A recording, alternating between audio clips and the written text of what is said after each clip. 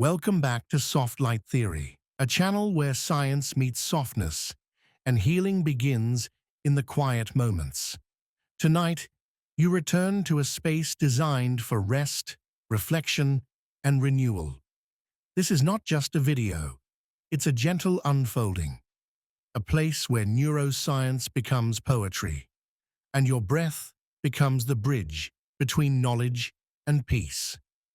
This is the beginning of a new series inspired by the power of positive thinking by Norman Vincent Peale. Each episode explores a different emotional layer, from self-worth to resilience, from anxiety to joy, all grounded in real science and wrapped in meditative calm. Before we begin, I'd love to know, where are you watching or listening from? Drop your location and current time in the comments below. Let's build a global circle of softness, one breath, one story, one moment at a time. In this first episode, Choosing Happiness, every morning we explore a quiet but powerful question. Why do mornings feel heavy, even when life seems okay? Maybe you wake with a racing mind. Maybe your body feels tired before the day begins. Maybe joy feels distant, like something you have to chase. But what if happiness isn't something you chase? What if it's something you choose, gently, intentionally, with science as your guide? Tonight, you'll learn how your brain wakes with emotional residue from yesterday, how cortisol and dopamine shape your first thoughts, how light, breath, and movement can shift your entire emotional landscape, and how small morning rituals can rewire your nervous system for peace. This isn't about forcing joy. It's about creating space for it, not with pressure, but with presence. So lie back, let your breath slow, and let's begin the journey toward a morning that feels like peace. Chapter 1. The Dawn Inside Your Brain. The summary of this chapter: before the sun rises, your brain begins its own awakening. This chapter explores how cortisol, melatonin, and dopamine shape your morning mood, and how your first thoughts set the tone for your emotional day. Happiness begins in the quiet moments before movement. You lie here, still wrapped in sleep, but something inside you stirs, not your limbs, not your breath, but your brain, quietly, invisibly, beginning its own dawn. Before the world wakes, your body begins a silent shift, a soft cascade of chemistry, a whisper of readiness. This is the moment your brain prepares to meet the day. It starts with cortisol. Often misunderstood as the stress hormone, cortisol is also your body's natural alarm clock. Released by the adrenal glands in a gentle surge, it peaks within the first hour of waking. Not to frighten you, but to energize you, to help you rise, to help you move. Cortisol tells your body, it's time. Time to regulate blood sugar. Time to activate metabolism. Time to shift from rest to readiness. But cortisol doesn't act alone. It dances with melatonin, the hormone of sleep. As cortisol rises, melatonin falls, like the moon yielding to the sun. Melatonin, secreted by the pineal gland, is your body's invitation to rest. It peaks in darkness, in stillness, in the quiet hours of night, and as morning nears, it fades, not abruptly, but gently, like fog lifting from a field. This hormonal exchange, cortisol rising, melatonin falling, is your internal sunrise. It happens before your eyes open, before your feet touch the floor, before your thoughts begin to form. And then, dopamine arrives, the molecule of motivation, the spark of anticipation. Released in the brain's reward pathways, dopamine helps you feel ready, not just physically, but emotionally. It's the reason a morning walk feels good, the reason a warm cup of tea brings comfort. The reason a small goal, even brushing your teeth, feels like progress. Dopamine doesn't demand achievement. It responds to movement, to intention, to the promise of possibility. Together, these three, cortisol, melatonin, dopamine, shape your morning mood. They create the emotional landscape you wake into, not fixed, not final, but fluid. And your first thoughts matter, because your brain is listening. It's primed for suggestion, for direction, for tone. If your first thought is gentle, I'm here, I'm safe, I'm grateful, your nervous system responds with calm. Your breath deepens, your heart steadies, your mind opens. But if your first thought is harsh, I'm behind, I'm not enough, I can't, your body tightens, your breath shortens, your brain prepares for defense. This is cognitive priming, the idea that early thoughts shape later perception. Your brain filters the day through the lens you choose at dawn. And this choice is powerful, because it's not about control, it's about awareness, about noticing the moment before momentum. Let's explore the suprachiasmatic nucleus, the SCN. A tiny cluster of cells in the hypothalamus, the SCN is your master clock. It receives light through the eyes, it regulates circadian rhythms, it coordinates the release of cortisol and melatonin. When morning light touches your retina, the SCN sends a signal. Begin. Begin the hormonal shift. Begin the metabolic activation. Begin the emotional readiness. This is why light matters, not just for vision, but for mood. Exposure to natural light in the morning increases serotonin. It improves alertness. It stabilizes your emotional rhythm. Even 10 minutes of sunlight can shift your chemistry, can lift your mood, can soften your thoughts. And movement matters too. Gentle stretching, a slow walk, a few deep breaths. These actions activate dopamine. They signal safety to the nervous system. They help your body transition from sleep to wakefulness with grace. This is emotional regulation, not through force, but through rhythm. Your body is not a machine, it's a garden. And morning is the time to tend it, to water it with light, to nourish it with breath, to speak to it with kindness. Even your gut responds. The enteric nervous system, often called the second brain, begins its own awakening. It communicates with the brain through the vagus nerve, and its mood depends on yours. A calm morning supports digestion, supports immunity, supports emotional resilience, because your body is listening to your thoughts, to your breath, to your choices. And happiness begins here, not in achievement, not in perfection, but in the quiet moments before movement. Let's explore a practice.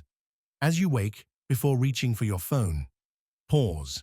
Place your hand on your chest. Feel its rhythm, its warmth, its presence.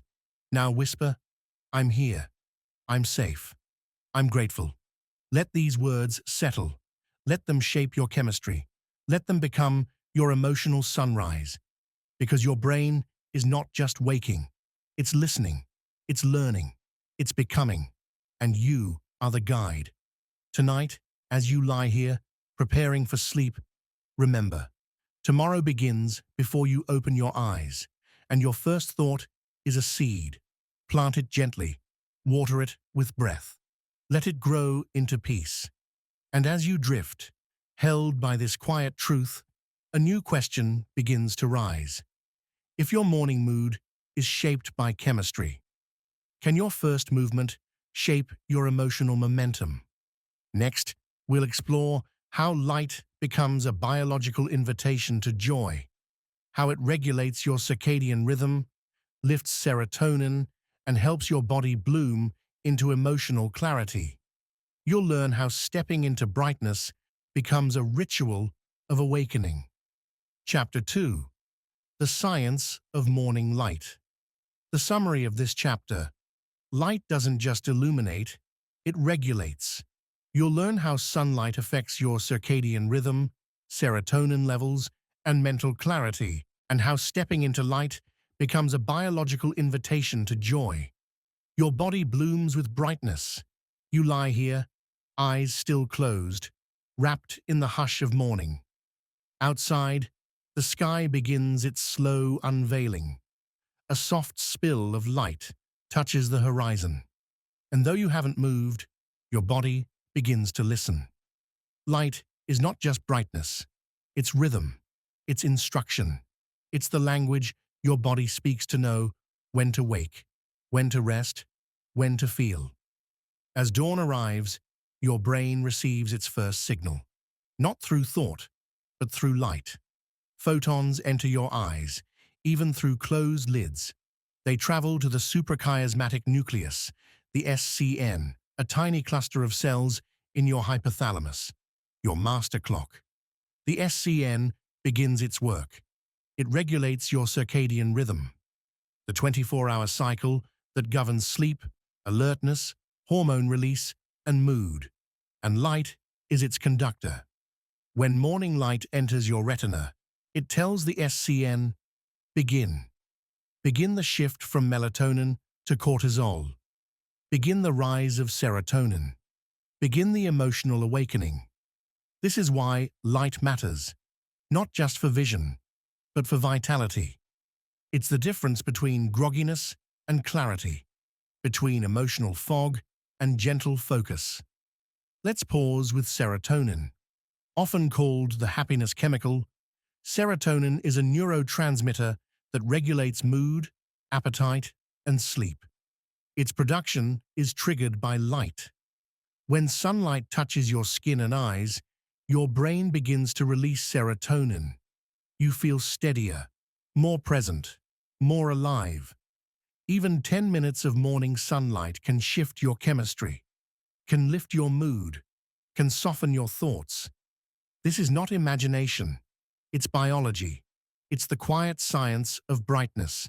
And it's not just serotonin. Vitamin D, produced when sunlight touches your skin, plays a role in mood regulation. It supports immune function. It helps your body absorb calcium. But emotionally, it's a stabilizer, a gentle anchor. Low levels of vitamin D have been linked to depression, fatigue, and anxiety, and your body doesn't store it easily. It needs replenishment. It needs light. This is why stepping outside matters, not just for movement, but for mood. A short walk, a few deep breaths, a moment of stillness in the sun. Your body blooms with brightness. Let's explore the pineal gland. This small structure in your brain produces melatonin, the hormone of sleep. Melatonin rises in darkness, it falls in light, and its rhythm is guided by your exposure to brightness. When you wake in dimness, melatonin lingers. You feel slow, heavy, unclear. But when you wake in light, melatonin fades. Cortisol rises, serotonin activates, your body transitions. This is the hormonal choreography of morning. And light is the lead dancer. Even your cognitive function responds. Studies show that morning light improves alertness, memory, and decision-making. It reduces reaction time. It enhances focus. Because your brain is not just waking, it's calibrating. And light is the dial. Let's explore a practice. When you wake, open your curtains. Let natural light flood in. Step outside, even for 5 minutes. Feel the warmth on your skin. Let your eyes adjust. This is your biological invitation to joy. If natural light is limited, use a light therapy lamp, especially in winter months, especially when mornings feel heavy, because your body doesn't know the calendar, it knows the light, and movement amplifies the effect. A short walk, a few stretches, even dancing while you make tea. Movement increases serotonin. It reduces cortisol. it activates dopamine, the molecule of motivation. Together, light and movement become your morning medicine. Let's return to the SCN. It doesn't just regulate sleep. It coordinates temperature, digestion, and emotional rhythm. And it listens to light. When you expose yourself to morning brightness, you align your internal clock. You stabilize your mood. You improve your sleep later that night. Because morning light affects evening rest. This is the loop, the rhythm, the cycle, and you are part of it. Even your gut responds. The enteric nervous system, your second brain, begins its own awakening. It communicates with your central nervous system, and its mood depends on yours. Light supports digestion, supports clarity, supports emotional resilience, because your body is listening to brightness, to movement, to rhythm. And happiness begins here, not in achievement, not in perfection, but in the quiet moments of light. Let's explore another practice. As you step into morning, pause. Feel the light on your face. Let your breath deepen. Let your thoughts soften. Now, whisper, I'm here. I'm waking. I'm ready. Let these words settle. Let them shape your chemistry. Let them become your emotional sunrise, because your brain is not just waking. It's blooming. It's balancing. It's becoming. And you are the gardener. Tonight, as you lie here, preparing for sleep, remember, tomorrow's clarity begins with light, and your body blooms when brightness meets breath. And as you drift, held by this quiet truth, a new question begins to rise. If light can regulate your rhythm, can movement shape your emotional momentum? Chapter 3. Your brain's morning chemistry. The summary of this chapter. Each morning, your brain brews a cocktail of possibility. This chapter explores dopamine, acetylcholine, and norepinephrine, and how gentle habits can guide their release toward calm motivation. You wake into a field of chemical choice. You lie here between sleep and wakefulness. The world is quiet. Your breath is slow, and inside your brain, something begins to stir. Not thoughts, not memories, but chemistry. A soft cascade of molecules, a morning brew of possibility. Your brain is not just waking, it's preparing, mixing, balancing. Each chemical released is a message, a mood, a direction, and you are the receiver. Let's begin with dopamine.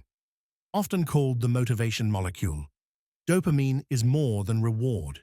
It's anticipation, it's movement, it's the feeling of, I could. Dopamine rises when you expect something meaningful, not just pleasure, but purpose, a goal, a connection, a moment of progress. Even small actions, brushing your teeth, making tea, opening a window, can trigger dopamine, if they're done with intention. Because dopamine doesn't respond to size, it responds to significance. And significance is personal. Your brain doesn't ask, is this impressive? It asks, does this matter to you? This is why morning rituals matter. They create structure, they create rhythm, they create meaning, and meaning activates dopamine. Let's explore acetylcholine. This neurotransmitter is your brain's focus filter. It helps you pay attention. It sharpens memory. It supports learning.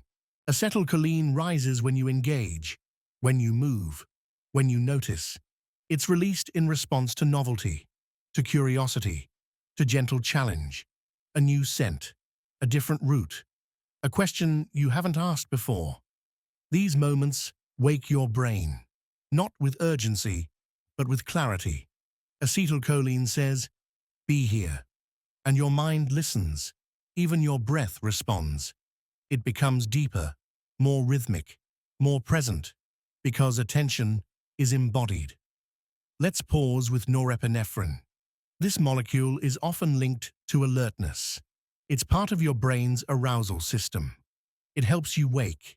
It helps you respond. It helps you feel alive. But norepinephrine is sensitive. Too much, and you feel anxious. Too little, and you feel foggy. Balance is key. And balance begins with rhythm. Gentle movement, soft light, slow breath. These habits regulate norepinephrine. They help your brain shift from sleep to wakefulness with grace. This is emotional regulation, not through control, but through chemistry. Your brain is not a machine, it's a garden, and each morning you choose what to water. Dopamine for motivation, acetylcholine for focus, norepinephrine for alertness. Together, they shape your emotional tone, and your habits guide their release. Let's explore a practice. When you wake, pause. Before reaching for your phone, before checking the clock, place your hand on your chest. Feel its rhythm, its warmth, its presence. Now whisper, I'm waking with intention. I'm choosing my chemistry. I'm beginning gently. Let these words settle. Let them shape your molecules. Let them become your morning brew. Because your brain is listening to your breath, to your movement, to your thoughts, and each one sends a signal. Even your gut responds. The enteric nervous system, your second brain, begins its own awakening. It communicates with your central nervous system, and its mood depends on yours. A calm morning supports digestion, supports clarity, supports emotional resilience, because your body is listening to chemistry, to rhythm, to choice. And happiness begins here, not in achievement, not in perfection, but in the quiet moments of intention. Let's explore another practice. Choose one small goal, not big, not urgent, just meaningful. Maybe it's making your bed. Maybe it's stepping outside. Maybe it's writing one kind sentence to yourself. Do it slowly. Do it with breath. Do it with presence. This activates dopamine. It engages acetylcholine. It balances norepinephrine. It becomes your emotional momentum. Because your brain doesn't need pressure. It needs purpose. And you are the guide. Tonight, as you lie here, preparing for sleep, remember, tomorrow's mood begins with chemistry. And your habits are the ingredients. You wake into a field of chemical choice, and each breath is a gentle stir. And as you drift, held by this quiet truth, a new question begins to rise. If chemistry shapes your motivation, can movement become your emotional messenger? Next, we'll explore how movement isn't just exercise, it's emotional activation. You'll learn how stretching, walking, or breathing shifts your nervous system, and how your muscles speak to your mood. Your body becomes a messenger of joy. Chapter 4. The Ritual of Gentle Movement. The summary of this chapter: movement isn't just exercise, it's emotional activation. You'll explore how stretching, walking, or breathing shifts your nervous system, and how your muscles speak to your mood. Your body becomes a messenger of joy. You lie here, still and quiet, but inside you, something waits. Not loud, not urgent, just a soft readiness. Your body is not separate from your emotions. It holds them, it reflects them, it responds to them, and movement is how it speaks, not just through running or lifting or sweating, but through the smallest gestures: a stretch, a sway, a breath. These are not tasks, they are invitations to feel, to release, to return. Let's begin with the nervous system.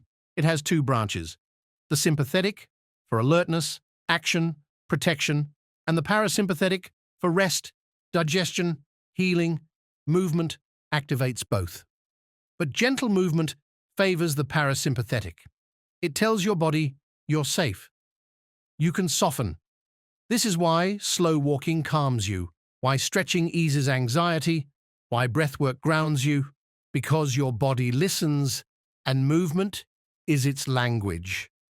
Let's explore proprioception. This is your sense of body position. It's how you know where your limbs are, how you feel grounded, how you connect to space.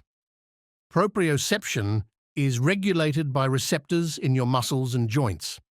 And when you move gently, these receptors send signals to your brain.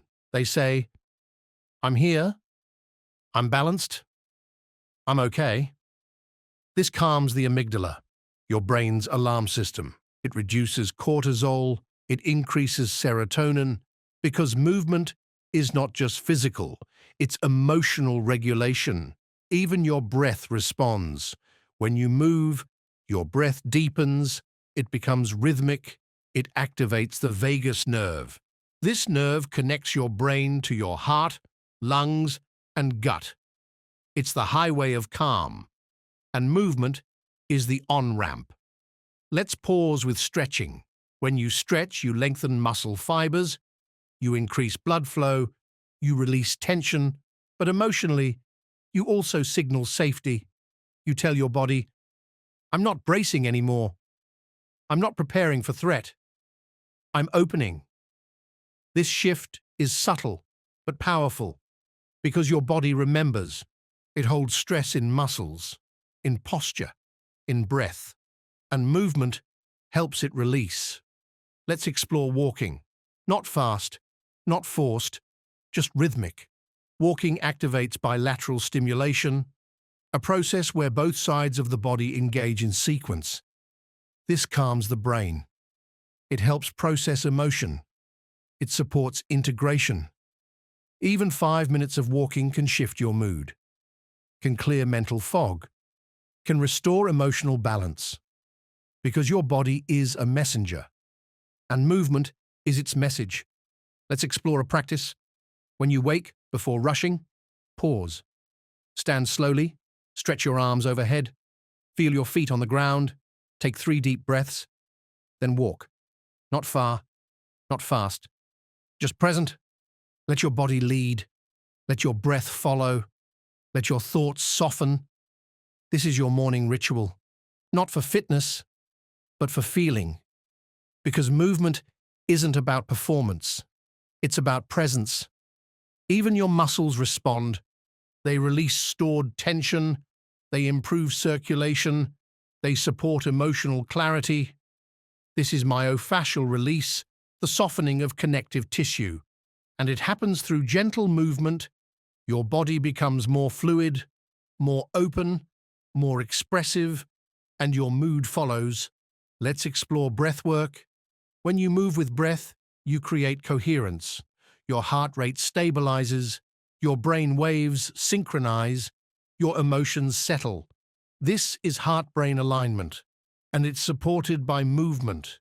Even your gut responds. Gentle movement stimulates digestion.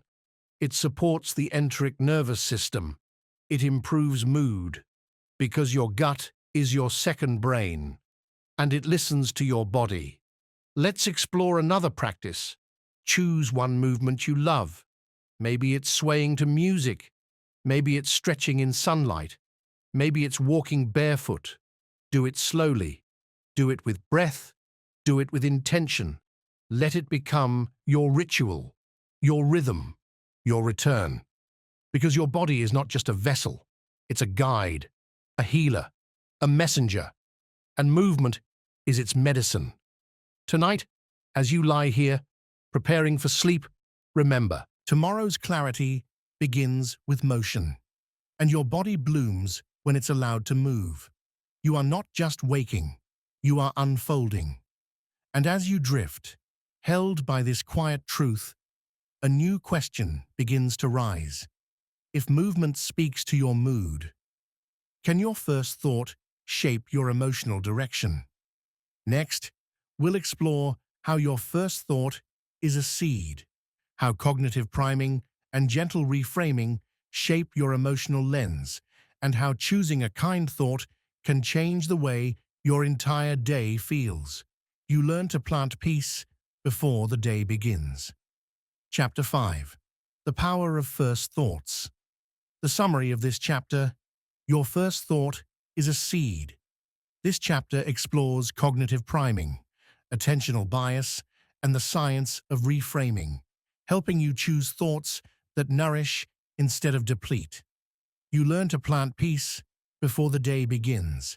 You lie here, eyes still closed, held by the hush of morning. The world hasn't asked anything of you yet. No decisions, no movement, just breath. And then a thought arrives, soft, uninvited, but powerful. Your first thought is a seed. It doesn't just pass through, it plants. It shapes the soil of your mind. It colors the lens through which you'll see the day. This is cognitive priming. Your brain is a pattern maker. It uses early input to guide later perception. What you think first, you tend to think again. What you notice first, you tend to notice more. If your first thought is gentle, I'm safe, I'm grateful, I'm here, your nervous system softens, your breath deepens, your body prepares for peace.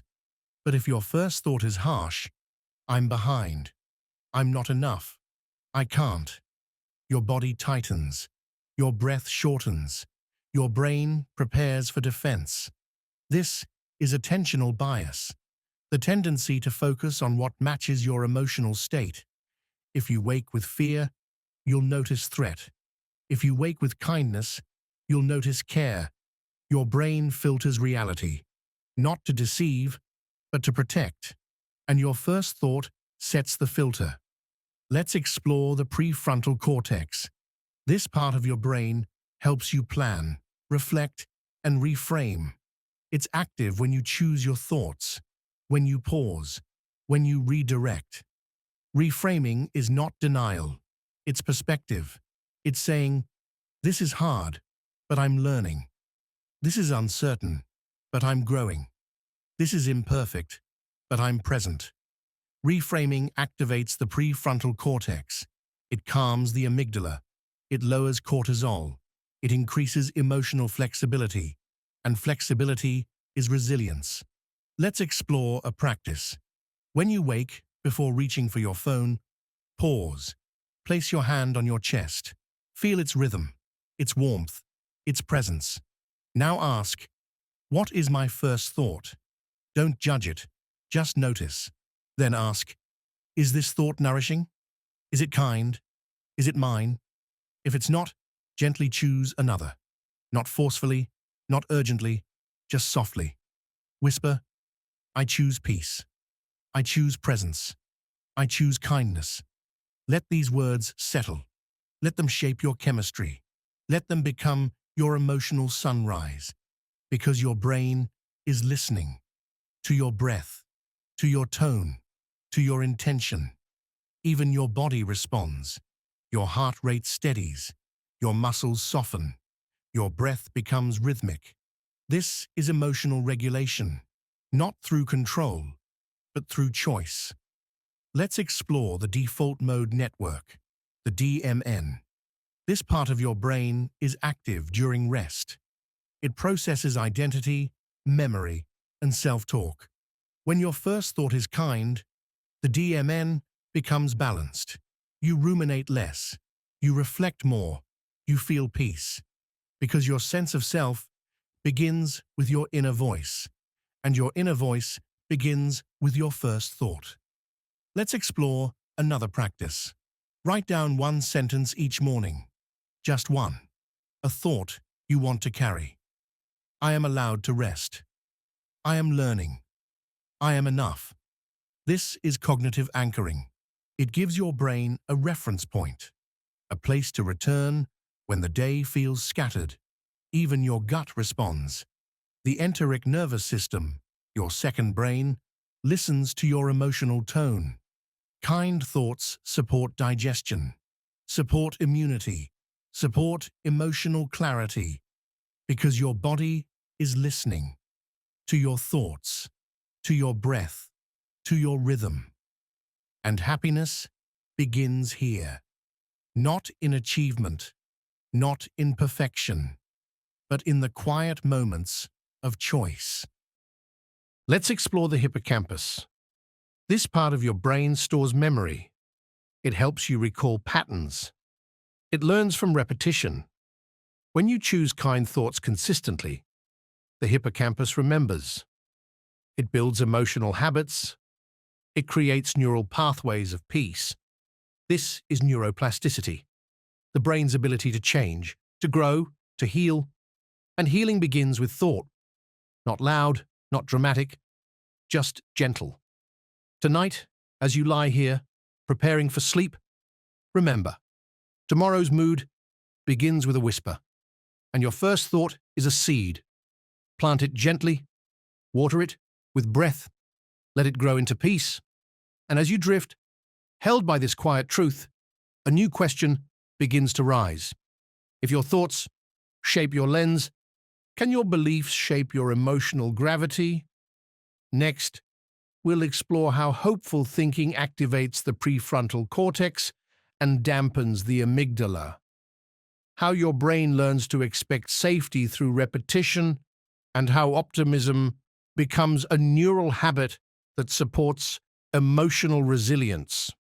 Chapter 6, The Biology of Optimism.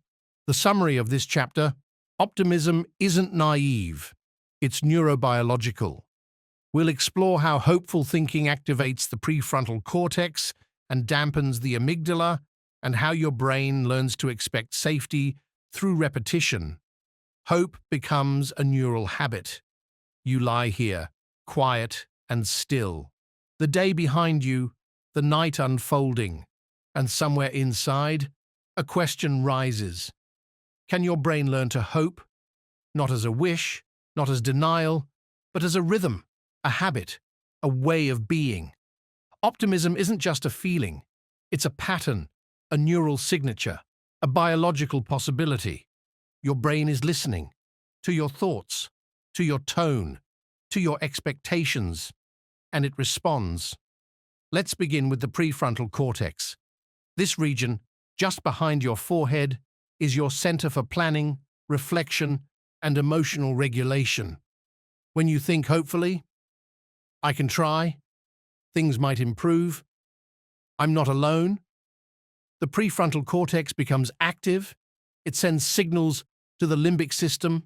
It calms the amygdala, your brain's alarm bell. It lowers cortisol. It increases emotional flexibility because hope is not blind. It's balanced. It says, I see the challenge and I still believe. This belief is not naive. It's neurobiological. Let's pause with the amygdala.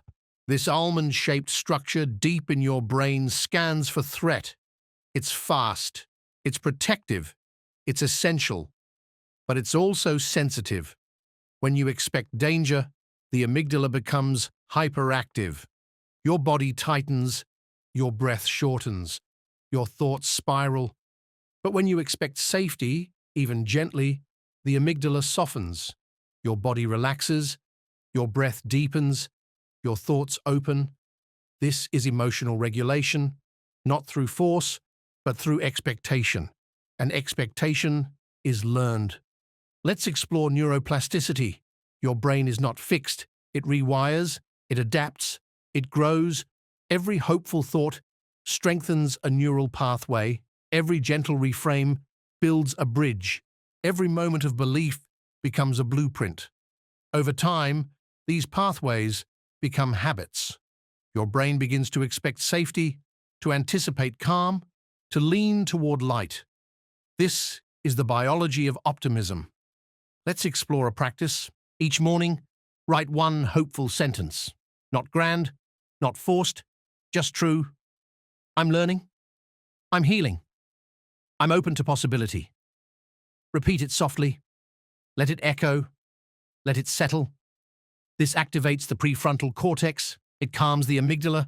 It begins the rewiring. Even your breath responds. It becomes slower, more rhythmic, more healing, because your body listens to your belief. Let's explore the anterior cingulate cortex, the ACC. This region helps you imagine the future. It supports self-reflection. It guides emotional tone. When you think hopefully, the ACC becomes active. You begin to visualize positive outcomes. You begin to feel possibility.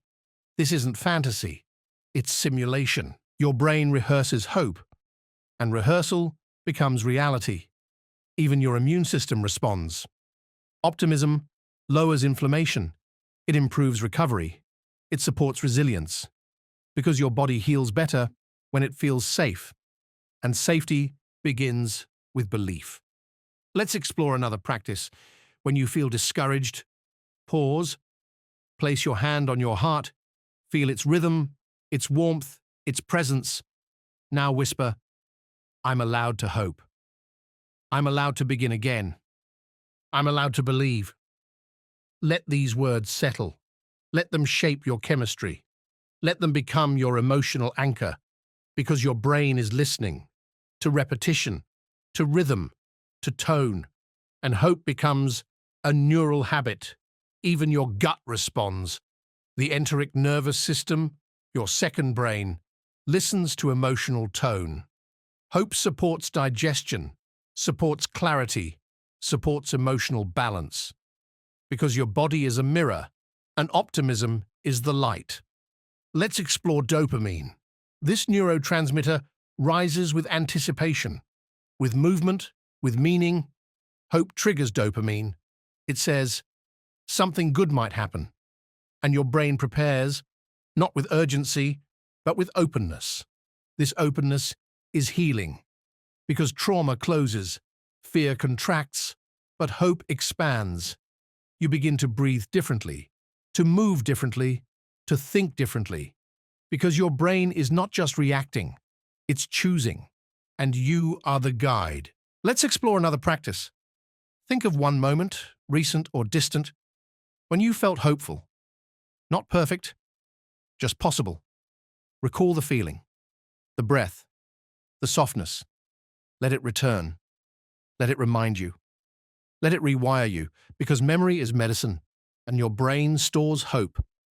Tonight, as you lie here, preparing for sleep, remember, tomorrow's resilience begins with belief, and your brain blooms when you expect safety. You are not just thinking, you are rewiring. And as you drift, held by this quiet truth, a new question begins to rise. If hope becomes a habit, can your body learn to feel emotionally nourished through small physical choices? Next, we'll explore how your body needs emotional nourishment just like it needs water, how hydration, nutrition, and gut-brain signaling affect mood, and how small morning choices create emotional stability. You begin to nourish your joy. Chapter 7, Emotional Hydration. The summary of this chapter: just as your body needs water, your emotions need replenishment. This chapter explores how hydration, nutrition, and gut-brain signaling affect mood, and how small morning choices create emotional stability. You begin to nourish your joy. You lie here quiet and still. The night holds you gently, and somewhere inside, your body whispers, I need replenishment. Not just sleep, not just silence, but nourishment, a soft return to balance. Your emotions, like your cells, need hydration. They need fuel. They need rhythm. They need care. This is emotional hydration, the quiet science of feeding your feelings. Let's begin with water. Your body is mostly fluid. Your brain, your blood, your breath, all depend on it. And so do your emotions. Even mild dehydration affects mood. It increases fatigue, it lowers alertness, it amplifies stress. Because water is not just physical, it's emotional regulation. When you hydrate, your brain functions better. Neurons fire more smoothly. Hormones balance.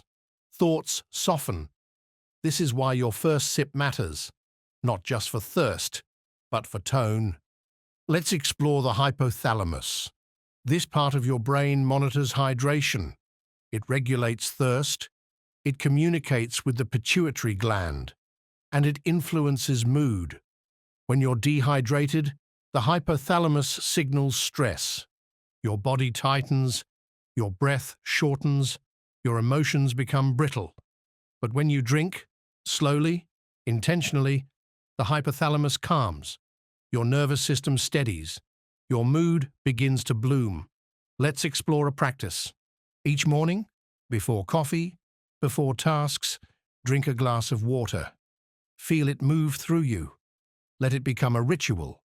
Whisper, "I'm nourishing myself. I'm beginning with care. I'm choosing balance." Let these words settle. Let them shape your chemistry. Let them become your emotional hydration. Now let's turn to nutrition. Food is not just fuel. It's information. It tells your body how to feel. The gut and brain are connected through the vagus nerve, through hormones, through microbes. This is the gut-brain axis, a two-way street of emotion and digestion. Your gut produces neurotransmitters, serotonin, dopamine, GABA. These chemicals shape your mood, and they depend on what you eat. Fiber feeds good bacteria. Fermented foods support balance. Healthy fats calm inflammation. Even your breakfast matters. A meal rich in protein and complex carbs supports dopamine and serotonin. It stabilizes blood sugar. It supports emotional clarity. Because your body listens to nutrients, to timing, to intention. Let's explore the enteric nervous system, often called the second brain.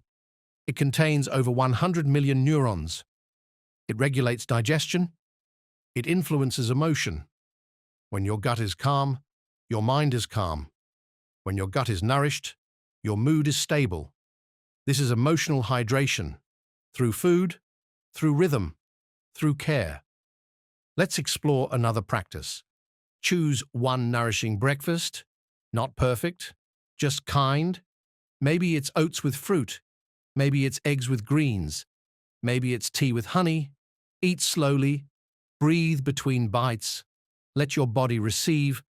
This activates the parasympathetic nervous system. It supports digestion. It supports peace. Even your breath responds. It becomes deeper, more rhythmic, more healing. Because nourishment is not just intake, it's presence. Let's explore blood sugar. When it's stable, your mood is stable. When it spikes and crashes, your emotions follow. This is why balance matters. Protein, fiber, healthy fats. They slow absorption. They support energy. They support emotional steadiness. Even your hormones respond. Insulin, cortisol, leptin.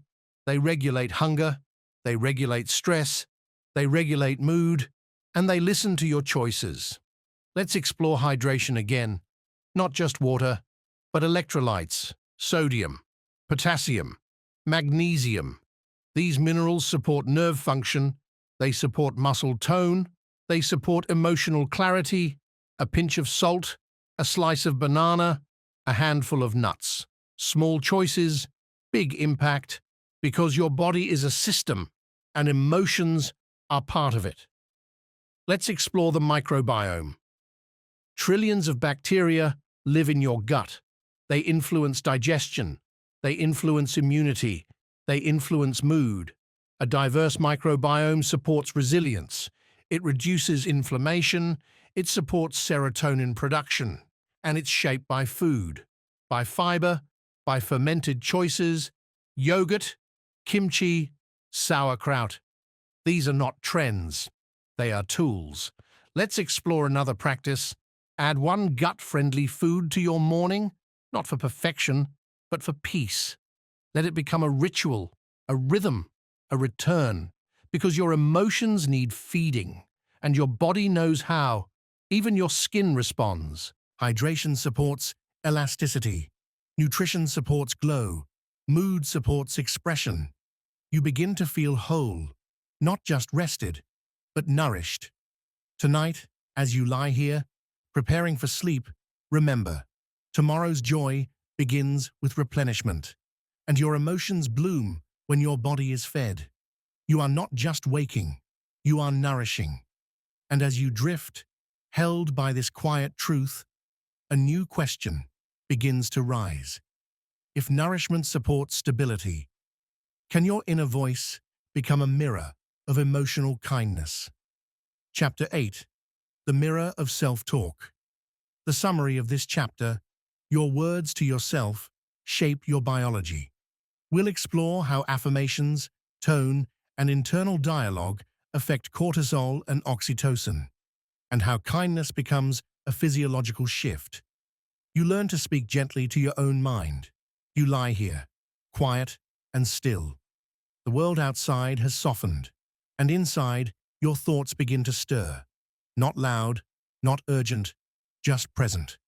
Your mind speaks even when your mouth does not. It whispers, it repeats, it remembers, and your body listens. This is self-talk, the quiet conversation you have with yourself, the tone, the rhythm, the message, and it matters. Let's begin with cortisol. Often called the stress hormone, cortisol rises when your body perceives threat. But threat isn't always external. Sometimes it's internal. A harsh word, a critical thought, a moment of self-doubt. When your inner voice says, "I'm failing, I'm not enough, I'm broken," your brain responds as if danger is near. The amygdala activates. Cortisol rises. Your breath shortens.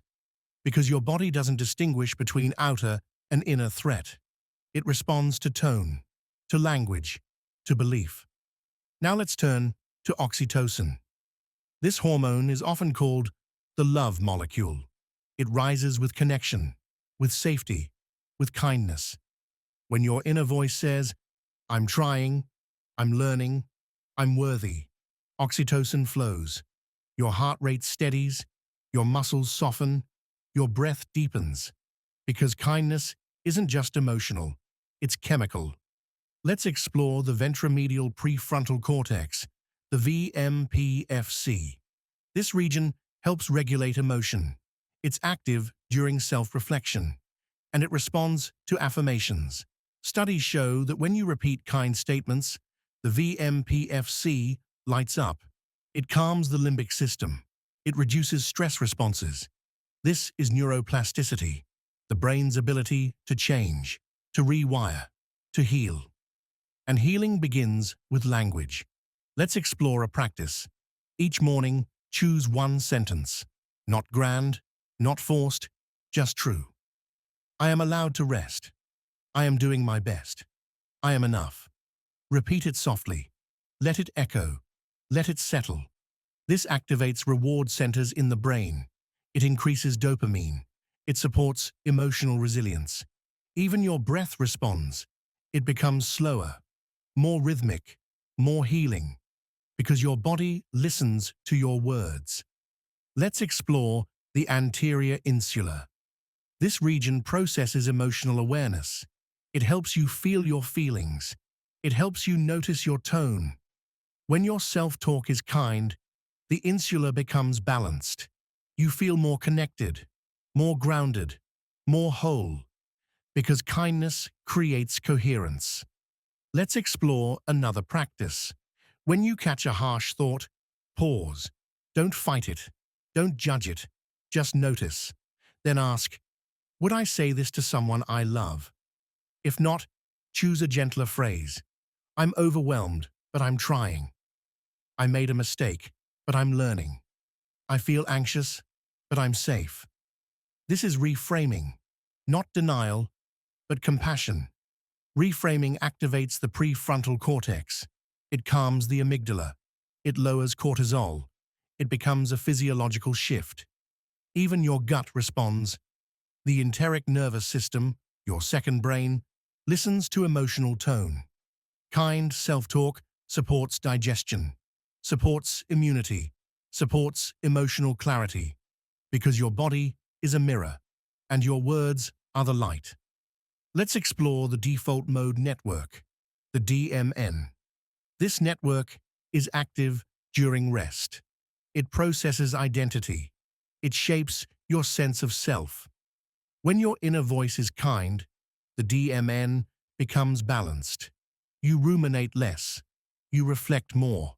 You feel peace. Because your identity is shaped by repetition, by rhythm, by tone. Let's explore another practice. Write down 3 kind sentences each night. Not perfect, just present. I showed up today. I listened to my body. I offered love. Let them become your emotional mirror. Let them reflect your truth. Let them reshape your biology. Even your skin responds.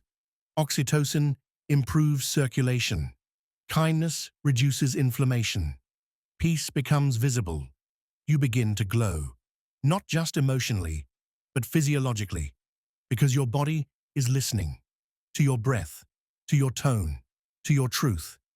And happiness begins here, not in achievement, not in perfection, but in the quiet moments of kindness. Tonight, as you lie here, preparing for sleep, remember, tomorrow's peace begins with your voice, and your words are the mirror. You are not just speaking, you are healing. And as you drift, held by this quiet truth, a new question begins to rise. If your voice can soothe your biology, can your breath become the bridge between thought and emotion? Next, we'll explore how breath is the bridge between mind and body, how morning breath work regulates the vagus nerve, and how each inhale becomes a soft reset for your emotional state. You breathe your way into balance. Chapter 9. The breath between thoughts. The summary of this chapter: breath is the bridge between mind and body. This chapter explores how morning breathwork regulates the vagus nerve and how each inhale becomes a soft reset for your emotional state. You breathe your way into balance. You lie here, quiet and still. The night wraps around you like a soft blanket, and beneath the silence, something moves. Not your thoughts, not your muscles, but your breath. It rises, it falls, it returns. Breath is your rhythm, your anchor, your bridge between mind and body, between emotion and awareness, between chaos and calm. You breathe without trying, but when you breathe with intention, you begin to heal. Let's begin with the vagus nerve, the longest cranial nerve in your body. It wanders from brain to heart, lungs to gut. It's your built-in calming pathway. When you breathe deeply, slowly, rhythmically, you stimulate the vagus nerve, and your body shifts from fight or flight to rest and digest, from tension to softness, from alertness to peace. This is the parasympathetic state, the state of healing, of digestion, of emotional regulation, and breath is the key. Let's explore a technique: the psychological sigh, a fast-acting vagus stimulator. Inhale deeply through your nose. Take a second, shorter inhale on top of the first. Then exhale slowly and completely through your mouth. Repeat 1 to 3 times. This mimics a natural reflex, the way your body resets after crying or stress. It lowers carbon dioxide. It calms the nervous system. It tells your brain, you're safe now. Let's explore another. Box breathing. Inhale for 4 counts. Hold for 4. Exhale for 4. Hold again for 4. Repeat gently. This creates rhythm. It engages the prefrontal cortex. It calms the amygdala. It lowers cortisol. Because breath is not just air, it's information. Your body listens to pace, to depth, to tone. Let's explore the diaphragm, a dome-shaped muscle beneath your lungs. When you breathe deeply, the diaphragm contracts. It massages internal organs. It stimulates the vagus nerve. This is why belly breathing matters. Place your hand on your stomach. Inhale slowly. Feel it rise. Exhale gently. Feel it fall. This is coherence between breath and body, between thought and feeling. Even your heart responds. Heart rate variability HRV improves with breathwork. Higher HRV means better emotional flexibility, better stress recovery, better mood regulation, because breath is a regulator, a reset, a rhythm. Let's explore a morning practice. Before screens, before tasks, before movement. Sit quietly. Close your eyes. Inhale for 5. Exhale for 7. Repeat for 3 minutes. Let your breath guide you. Let it soften your thoughts. Let it become your emotional compass. Even your gut responds. The enteric nervous system, your second brain, listens to breath. Slow breathing improves digestion, reduces inflammation, supports serotonin production, because breath is nourishment. Let's explore the insula, a region in your brain that processes internal awareness. It helps you feel your breath, your heartbeat, your emotional state.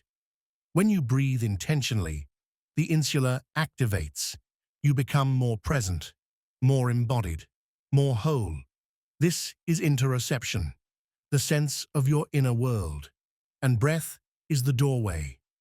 Let's explore another practice. Alternate nostril breathing. Close your right nostril. Inhale through the left. Close the left. Exhale through the right. Repeat gently. This balances hemispheres, calms the nervous system, improves focus. Because breath is symmetry. Even your skin responds. Breath improves circulation, oxygenates cells, supports glow. You begin to feel alive, not just awake, but aligned. Let's explore breath as emotion. When you're anxious, breath becomes shallow. When you're sad, it slows. When you're joyful, it expands. Your breath reflects your state, but it can also reshape it.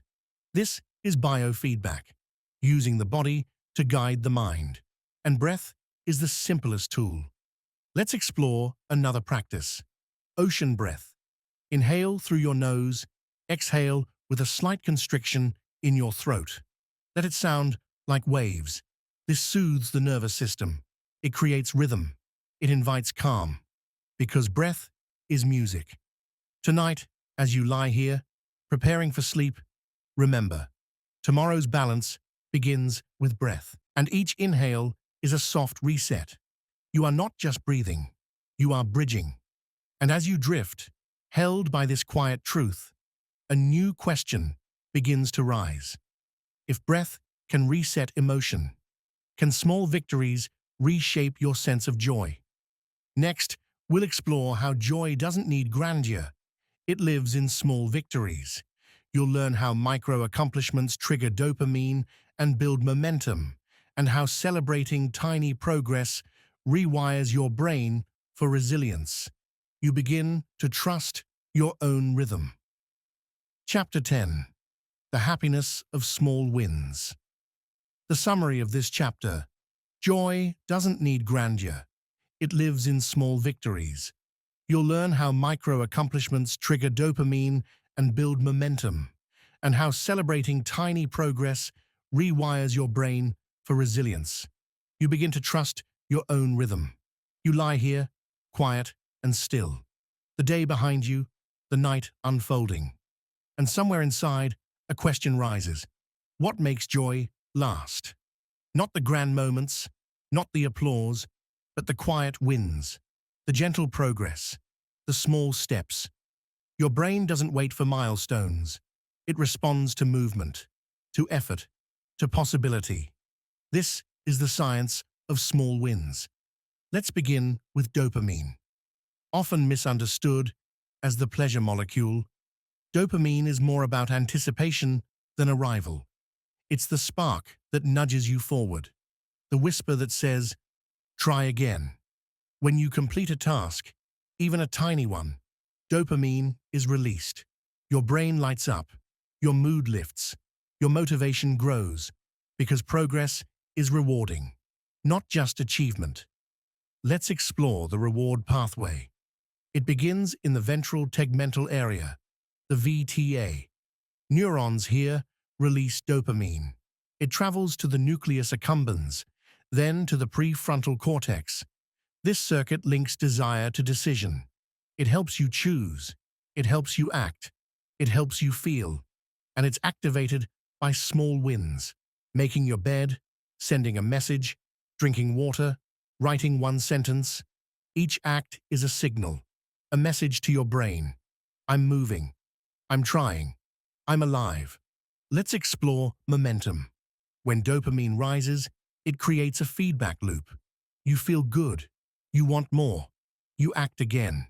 This is behavioral reinforcement, and it builds resilience. Because resilience isn't built in crisis. It's built in rhythm, in the way you show up, in the way you try, in the way you celebrate effort. Let's explore a practice.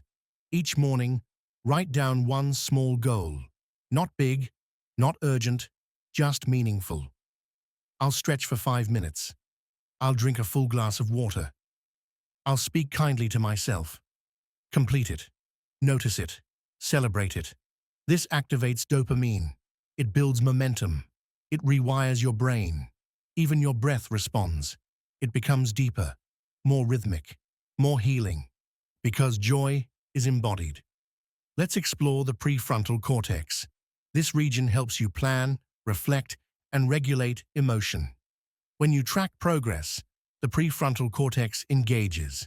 It helps you learn. It helps you adapt. It helps you grow. And growth is joyful. Let's explore another practice. Create a done list. Not a to-do list, but a list of what you've completed.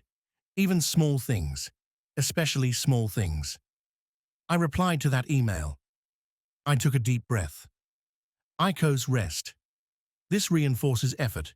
It validates movement. It builds emotional stability because your brain remembers repetition. Let's explore neuroplasticity. Your brain changes with experience. Each small win strengthens a pathway. Each celebration deepens the groove. Over time, these grooves become habits. Habits become identity. Identity becomes peace. You begin to trust yourself, not because you're perfect, but because you're consistent. Let's explore the basal ganglia. This region supports habit formation. It responds to reward. It learns through repetition. When you repeat small wins, the basal ganglia stores the pattern. It makes action easier. It makes joy more accessible. Even your gut responds. The enteric nervous system, your second brain, listens to rhythm. Small wins reduce stress, support digestion, support mood, because your body is listening. Let's explore emotional resilience. It's not about bouncing back. It's about staying steady. Small wins create steadiness. They anchor you. They remind you, I'm capable. I'm progressing. I'm enough. Let's explore another practice. At the end of each day, name 3 wins. Not impressive, just real. I asked for help. I rested when I needed to. I let myself feel. Let them settle. Let them shape your chemistry. Let them become your rhythm. Even your skin responds. Dopamine improves circulation. Joy reduces inflammation. Peace becomes visible. You begin to glow.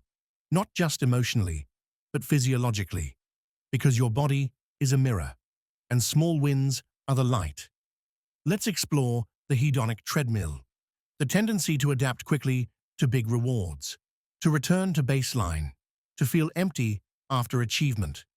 Small wins slow the treadmill. They create sustained joy. They build emotional depth. Because joy isn't a peak, it's a path. Tonight, as you lie here, preparing for sleep, remember, tomorrow's joy begins with one small step, and your brain blooms with gentle progress. You are not just achieving, you are evolving. And as you drift, held by this quiet truth, a new question begins to rise. If small wins build resilience, can appreciation become the ritual that sustains it?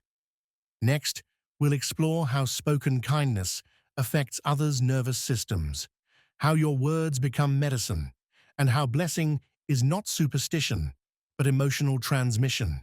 You are a source of healing. Chapter 11. Conclusion: The morning you choose.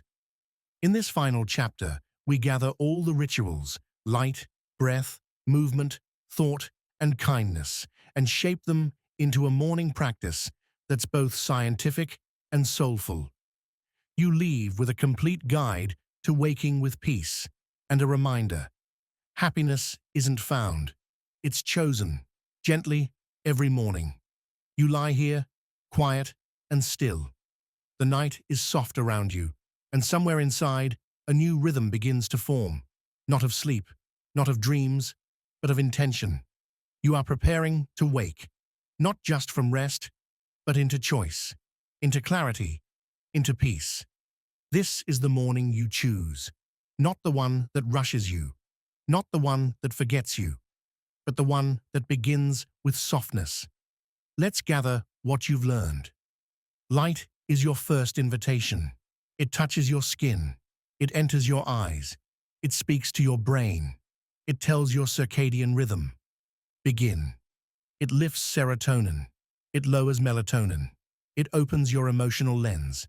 Step into it, even for a moment. Let it become your sunrise. Then breath, your quiet companion, your bridge between mind and body. Each inhale is a reset. Each exhale is a release. Each rhythm is a return. You've learned to activate the vagus nerve, to calm the amygdala, to regulate emotion. Let breath be your anchor. Then movement, not for performance, but for presence.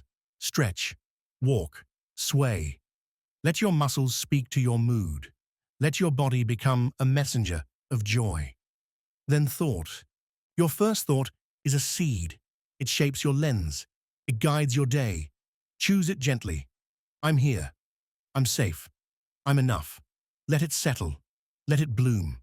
Then nourishment, water, food, rhythm. Your emotions need feeding. Your gut needs care. Your chemistry needs balance. Begin with hydration. Continue with kindness. Then self-talk. The mirror of your mind. The tone of your biology. Speak gently. Affirm softly. Reframe with compassion. Let your words become medicine. Then breath again. Because breath is never finished. It returns. It reminds. It restores. And finally, small wins. Tiny progress. Micro accomplishments. They trigger dopamine. They build momentum. They create resilience. Celebrate them. Notice them. Let them guide you. This is your morning practice. Not a checklist. Not a demand. But a ritual.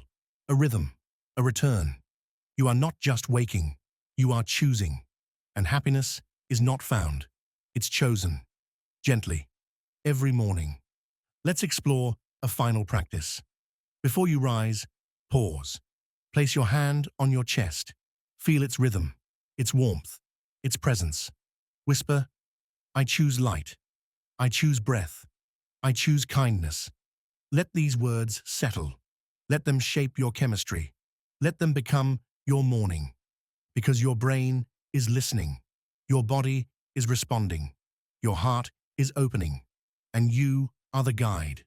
Tonight, as you lie here, preparing for sleep, remember, you've gathered tools, you've built rituals, you've created a path, and tomorrow you choose again. Good night, gentle soul. May your breath be soft, your dreams be kind, and your morning be yours. If this episode brought you peace, don't forget to subscribe to Soft Light Theory, so you never miss the next chapter in this healing journey. In our next episode, we'll explore a new layer of emotional science, a gentle unfolding of the mind, where healing continues in quiet waves. So come back, come often, come gently. You belong here.